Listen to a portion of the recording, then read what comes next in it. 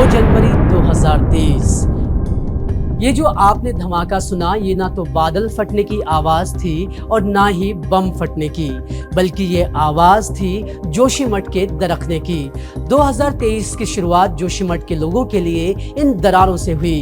वैसे जोशीमठ में दरार का सिलसिला काफ़ी लंबे वक्त से चलता आ रहा था, लेकिन इस बार दरारें कुछ ज़्यादा ही भयानक थीं। कई दिनों तक इसकी कवरेज मीडिया में चलती रही और सवाल एक ही था, इन दरारों के पीछे का कारण आखिर है क्या। जोशीमठ में रहने वाले लोगों का दावा था कि ये एनटीपीसी के हाइड्रो प्रोजेक्ट की वजह से हुआ है, तो वहीं एनटीपीसी ने इसे नकार दिया। सरकार ने एक्सपर्ट्स की कुल 8 टीमों को यहाँ अध्ययन के लिए भेजा। टीमें आई, अध्ययन करके चली गई और जनता इंतजार करती रही कि अध्ययन में आखिर निकला क्या है, लेकिन रिपोर्ट्स को पब्लिक नहीं किया गया। लेकिन हाल ही में उत्तराखंड हाईकोर्ट ने सरकार से कहा कि इन रिपोर्ट्स को छुपाने का कोई फायदा नहीं है, सरकार को इन रिपोर्ट्स को सार्वजनिक कर देना चाहिए। जो सरकार पहले कई बार बोलने के बावजूद रिपोर्ट्स को सार्वजनिक नहीं कर रही थी, उस सरकार ने उत्तराखंड हाईकोर्ट की फटकार लगाते ही इन रिपोर्ट्स को सार्वजनिक कर दिया। चलो देर से ही सही, लौट तो आए। जिसके बाद उत्तराखंड सरकार ने इन रिपोर्ट्स को उत्तराखंड डिजास्टर मैनेजमेंट की ऑफिशियल वेबसाइट पर पब्लिक कर दिया है। अब इन रिपोर्ट्स में है क्या अब जोशीमठ के हालात सुधर जाएंगे? क्या अब सरकार इन रिपोर्ट्स को स्वीकार कर बदलाव करने के लिए तैयार हो जाएगी? इस रिपोर्ट में जानने की कोशिश करते हैं कि अब आगे जोशीमठ को लेकर क्या होगा और इन रिपोर्ट्स में आखिर क्या कहा गया है। आपको हमने ये तो बता दिया कि जोशीमठ में दरारों का सिलसिला काफी लंबे समय से चल रहा है। जब बीमारी लंबे समय से थी तो उसका इलाज भी लंबे समय से खोजा जा रहा था। ऐसा नहीं है कि यहाँ कभी शोध नहीं हुए हों या कोई अध्ययन नहीं हुआ हो। 1976 में आई मिश्रा कमेटी की रिपोर्ट में साफ किया गया था कि जोशीमठ एक भूस्खलन की वजह से इकट्ठा हुई मिट्टी पत्थर के पहाड़ यानी मोरेन पर बसा हुआ शहर है। यहाँ कभी भी बहुत ज्यादा निर्माण नहीं होना चाहिए। भारी निर्माण इस क्षेत्र के लिए बहुत बड़ा खतरा है। लेकिन इस रिपोर्ट को सरकारों के साथ साथ यहाँ के बाशिंदों ने भी नजरअंदाज किया और इसका भुगतान जोशीमठ समय समय पर करता आ रहा है। 2 जनवरी को जब जोशीमठ के दरकने की खबरें बाहर आईं तो यहाँ के निवासियों ने इसके पीछे की वजह एनटीपीसी को बताया। बता दें कि एनटीपीसी यानी नेशनल थर्मल पावर कॉर्पोरेशन ने यहाँ पर 520 मेगावाट हाइड्रो प्रोजेक्ट लगाया है। जोशीमठ के लोगों ने सरकार से इस प्रोजेक्ट को बंद करने की गुहार लगाई। जोशीमठ के धंसने की खबर सुनने के बाद सरकार ने एनटीपीसी का काम तो रोक दिया और लोगों के बचाव के लिए टीमों को भेजा भी। इसके साथ ही इसके पीछे की वजह पता लगाने के लिए एक्सपर्ट्स को भी भेज दिया गया। खुद पर लगाए जा रहे आरोपों को लेकर एनटीपीसी का कहना था कि हमारी सुरंग का काम जोशीमठ से 1 किलोमीटर की दूरी पर हो रहा है, तो हमारी वजह से ये भूधसाव नहीं हो सकता है। एक्सपर्ट्स ने जोशीमठ की जांच पड़ताल पूरी करने के बाद रिपोर्ट सरकार को सौंपी, लेकिन सरकार ने लंबे वक्त तक इन्हें सार्वजनिक नहीं किया। अब क्या वजह रही होगी वो तो सरकार ही जानती है, लेकिन जब हाईकोर्ट की फटकार के बाद रिपोर्ट को सरकार ने सार्वजनिक कर दिया है। इन रिपोर्ट्स में जोशीमठ के इन हालातों के लिए क्या क्या वजह बताई गई है, जानते हैं विस्तार से।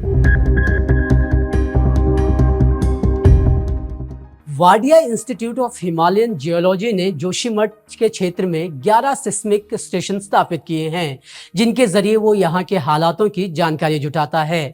सिस्मिक स्टेशनों से प्राप्त डेटा के आधार पर संस्थान इस निष्कर्ष पर पहुंचा है कि जोशीमठ के हालातों के लिए भूकंप तो जिम्मेदार नहीं है। संस्थान ने इस भूधसाव का मुख्य कारण यहाँ की जमीन के अंदर अधिक मात्रा में पानी की मौजूदगी को बताया है। इसके साथ ही इस क्षेत्र में जल निकासी की उचित व्यवस्था न होना भी एक वजह है। संस्थान ने अपनी रिपोर्ट में बताया है कि घरों और व्यावसायिक भवनों से निकलने वाला पानी भी जमीन में समा रहा था, जो जोशीमठ की जमीन की पकड़ को कमजोर करता जा रहा है।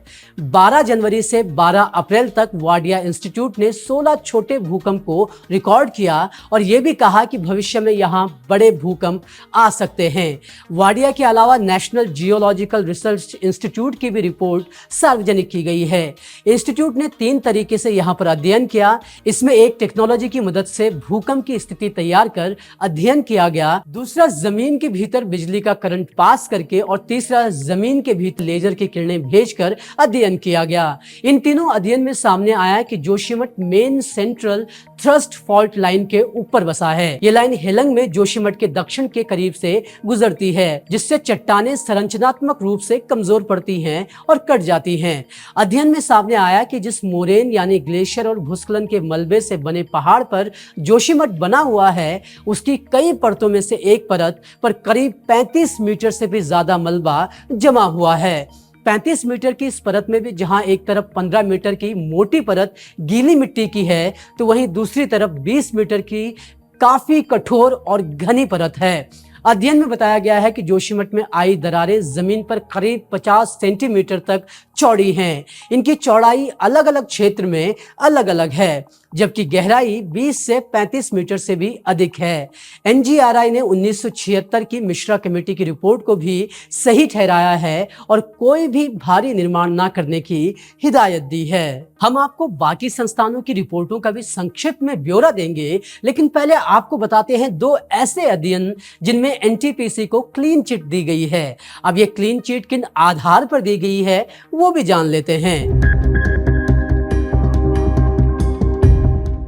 सार्वजनिक की गई 8 रिपोर्ट्स में से 6 ने जहां जोशीमठ और इसके आसपास भारी निर्माण न करने की हिदायत दी है, भले ही इन्होंने सीधे तौर पर एनटीपीसी का नाम नहीं लिया है, लेकिन अगर इन रिपोर्ट्स को एनटीपीसी के संदर्भ में देखा जाए तो ये साफ साफ ना है, क्योंकि एनटीपीसी का पूरा निर्माण कार्य हेवी कंस्ट्रक्शन के तहत आता है। खैर, जहां ये 6 रिपोर्ट्स हेवी कंस्ट्रक्शन को मनाही देती हैं, वहीं 2 रिपोर्ट्स ऐसे भी हैं जिनमें एनटीपीसी को क्लीन चिट दी गई है। एनआईएच यानी national institute of hydrology Roorkee और जीएसआई यानी जियोलॉजिकल सर्वे ऑफ इंडिया ने क्लीन चिट दी है। एनआईएच ने अपनी रिपोर्ट में कहा है कि जोशीमठ के इलाकों में हुए भूधसाव और पानी के निकलने का कारण एनटीपीसी की खुदाई और टनल के लिए इस्तेमाल किए गए बम नहीं है। एनआईएच ने इसके कुछ पुख्ता प्रमाण तो नहीं दिए हैं, लेकिन इतना तर्क जरूर दिया है कि एनटीपीसी का कंस्ट्रक्शन जोशीमठ से 1 किलोमीटर की दूरी पर हो रहा है। एनटीपीसी को क्लीन चिट देने वाली दूसरी संस्था है जीएसआई यानी जियोलॉजिकल सर्वे ऑफ इंडिया। इस संस्था ने अब भले ही एनटीपीसी को क्लीन चिट दे दी हो, लेकिन एक वक्त ऐसा भी था जब यही संस्था एनटीपीसी के विरोध में थी। जी हां, विरोध में थी। जोशीमठ बचाओ संघर्ष समिति के लीडर अतुल सती ने बताया कि 2004 में जब एनटीपीसी का प्रोजेक्ट शुरू हो रहा था तो जीएसआई ने इसका काफी विरोध किया। जीएसआई ने इस प्रोजेक्ट से काफी ज्यादा भारी नुकसान होने की आशंका भी जताई थी, लेकिन अब जब ये सारी आशंकाएं सच हो चुकी हैं तो जीएसआई ने एनटीपीसी को ही क्लीन चिट दे दी है। अब ये हृदय परिवर्तन किन वजहों से हुआ, ये तो जीएसआई जाने और एनटीपीसी ही बता सकती है। हमने आपको मोटे तौर पर 4 रिपोर्ट्स की जानकारी दी है। अब हम आपको बाकी रिपोर्ट्स को संक्षिप्त में बता रहे हैं। सीबीआरआई यानी सेंट्रल बिल्डिंग रिसर्च इंस्टीट्यूट की रिपोर्ट में सामने आया है कि जोशीमठ में कुल मिलाकर 2364 घर हैं, जिनमें से 42% ऐसे घर हैं जिनमें रहना खतरनाक है। अध्ययन में सिर्फ 37% घरों को ही रहने लायक बताया गया है। रिपोर्ट में तो ये भी कहा गया है कि 1% ऐसे घर हैं जिन्हें हर हाल में ही तोड़ना होगा। रिपोर्ट में यह भी सामने आया है कि जोशीमठ में भूधसाव का एक कारण यहाँ की बढ़ती आबादी भी है। पहले जहाँ यहाँ की आबादी 16,000 के आसपास थी, तो वही आज यहाँ 25,000 की हो चुकी है। वहीं IIRS यानी Indian institute of remote sensing और IITR यानी Indian institute of technology Roorkee और CGWB यानी सेंट्रल ग्राउंड वाटर बोर्ड की रिपोर्ट्स में भी सार्वजनिक की गई हैं। इनमें बताया गया है कि जोशीमठ में दरार पड़ने का सबसे बड़ा कारण है पानी। रिपोर्ट्स के मुताबिक पूरे जोशीमठ में पानी की निकासी के लिए कोई व्यवस्था नहीं है। हालात इतने खराब हैं कि घरों से निकलने वाला पानी भी जमीन के अंदर चला जाता है और इसकी वजह से पहाड़ की मिट्टी चिकनी हो रही है और यही वजह है कि पूरे जोशीमठ में दरारें देखने को मिल रही हैं। जल निकासी के बेहतर इंतजाम न होने की वजह से जमीन का पानी अब जल स्रोत के तौर पर जगह जगह फूट रहे हैं। मैराथन रिपोर्ट से ये तो साफ हो जाता है कि जोशीमठ में भारी निर्माण कार्य नहीं किए जाने चाहिए। पानी की निकासी के लिए बेहतर इंतजाम होने चाहिए। अब जोशीमठ की स्थिति का समाधान क्या है? इसका जवाब एनडीएमए यानी नेशनल डिजास्टर मैनेजमेंट अथॉरिटी ने दिया है। टाइम्स ऑफ इंडिया की एक रिपोर्ट के मुताबिक एनडीएमए ने कई सुझाव दिए हैं। एनडीएमए ने कहा है कि सबसे पहले यहाँ किसी भी प्रकार का निर्माण अगर हो रहा है तो उसे तुरंत रोक दिया जाए। इस क्षेत्र को नो न्यू कंस्ट्रक्शन जोन घोषित किया जाए, यानी कि यहाँ पर कोई भी नया निर्माण नहीं किया जाना चाहिए। एनडीएमए ने यह भी कहा है कि जोशीमठ के लोगों को यहाँ से जल्द कहीं दूसरी जगह विस्थापित किया जाना चाहिए। एनडीएमए ने यह भी सुझाव दिया है कि जोशीमठ को फिर दोबारा अध्ययन किया जाए और आधुनिक टेक्नोलॉजी का इस्तेमाल कर इस शहर को फिर बसाया जाए। इनका कहना है कि यहाँ उतना ही निर्माण किया जाए जितना ये शहर झेल सकता है। एनडीएमए ने साफ साफ कहा कि ये काम जल्द से जल्द होना चाहिए, वरना स्थिति और भी खतरनाक हो सकती है। अब देखने वाली बात यह होगी कि इन रिपोर्ट्स को राज्य सरकार कितनी तवज्जो देती है। जिस स्थिति में आज जोशीमठ पहुंचा है, उस तरह की स्थिति पहाड़ के कई गांवों की हो रही है। तो अब बचाना सिर्फ जोशीमठ को ही नहीं है, बल्कि उत्तराखंड की कई ऐसी जगहों को बचाना है जो जोशीमठ बनती जा रही हैं। और एक ऐसी ही जगह देखिए हमारी इस रिपोर्ट में। देखिए कैसे एक और गांव जोशीमठ बनता जा रहा है। विकास के नाम पर जब तक विनाश की करतूतें बंद नहीं होंगी, शायद तब तक कई और जोशीमठ बनते रहेंगे।